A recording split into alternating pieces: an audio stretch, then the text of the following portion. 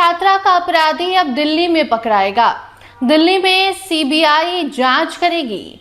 CBI के हाथ में अब शंभू गर्ल्स हॉस्टल कांड पहुंच गया है और बिहार से सभी फाइलों को लेकर सीबीआई टीम दिल्ली रवाना हो गई है। जी हम बताएंगे आपको पूरी खबर। अब नमस्कार, स्टार टीवी बिहार देख रहे हैं आप और मैं आपके साथ वंदना। शंभू गर्ल्स हॉस्टल में संदिग्ध हालत में एक लड़की पाई जाती है, जिसको लेकर अस्पताल ले जाया जाता है, भर्ती होती है, इलाज चलती है और उसके बाद उसकी मौत हो जाती है। मामला गरमाता है और बाद में पता चलता है कि लड़की के साथ गलत हुआ था। उस लड़की को लेकर ये सवाल उठाए जाते हैं कि अपराधी कहां फरार है।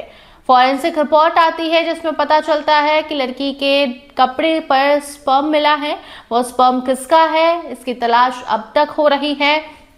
27 से ज्यादा लोगों का डीएनए टेस्ट लिया गया, फिर भी किसी का डीएनए लड़की के कपड़े से मिले उस स्पर्म से मैच नहीं खाता है और फिर कहा जाता है कि अब उसके चाचा का भी डीएनए टेस्ट होगा और इतना ही नहीं बल्कि और भी 3 लोगों का डीएनए टेस्ट करने की बात कही गई है।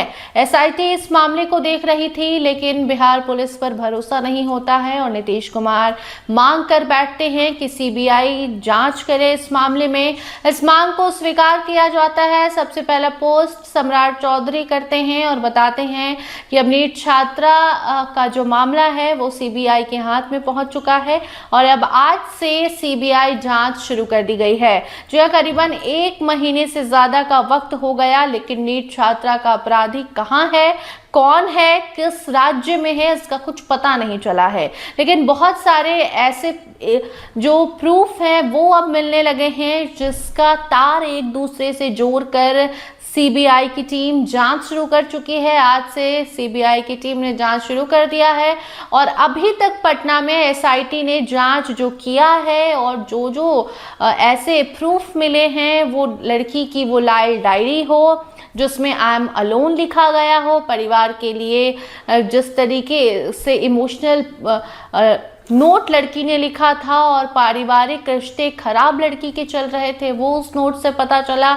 यानी कि जो लाल डायरी लड़की की मिली वो डायरी हो या फिर अब तक जांच में जो कुछ भी सामने आया है सच, उसकी जो फाइल बनाई गई है, सभी फाइल को लेकर सीबीआई अधिकारी दिल्ली रवाना हो चुके हैं और अब दिल्ली में सभी फाइलों को खंगाला जाएगा। सबके तार एक दूसरे से जोड़े जाएंगे, सभी रिपोर्ट्स को देखा जाएगा और उसके बाद दिल्ली में नीट छात्रा का अपराधी पकड़ाएगा। जो यहाँ दिल्ली में अब सीबीआई टीम बैठेगी और पटना में जो शंभू गर्ल्स हॉस्टल में कांड हुआ उसका अपराधी, उसका गुनहगार कौन है, इस बात का पता लगाया जाएगा। सीबीआई की मांग नीतीश कुमार ने सबसे पहले की थी और उसके बाद सवाल भी उठे थे कि क्या नीतीश कुमार को अपनी पुलिसिया फौज पर भरोसा नहीं है, विश्वास नहीं है।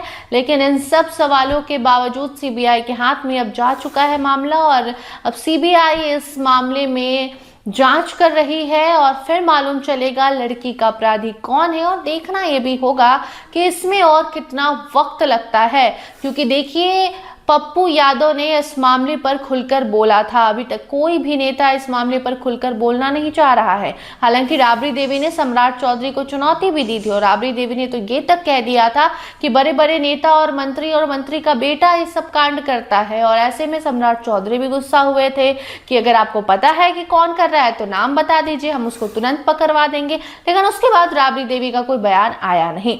लेकिन अब इन सब बातों के परे गौर फरमाने वाली बात यह है कि अब सीबीआई के हाथ में ये पूरा मामला है, ये केस है, तो देखना होगा कितनी जल्दी इस मामले में अपराधी को सीबीआई पकड़ने में सफल होती है। कोई नई रिपोर्ट आएगी तो उसे आप तक जरूर पहुंचाएंगे। देखते रहिए स्टार टीवी बिहार। धन्यवाद।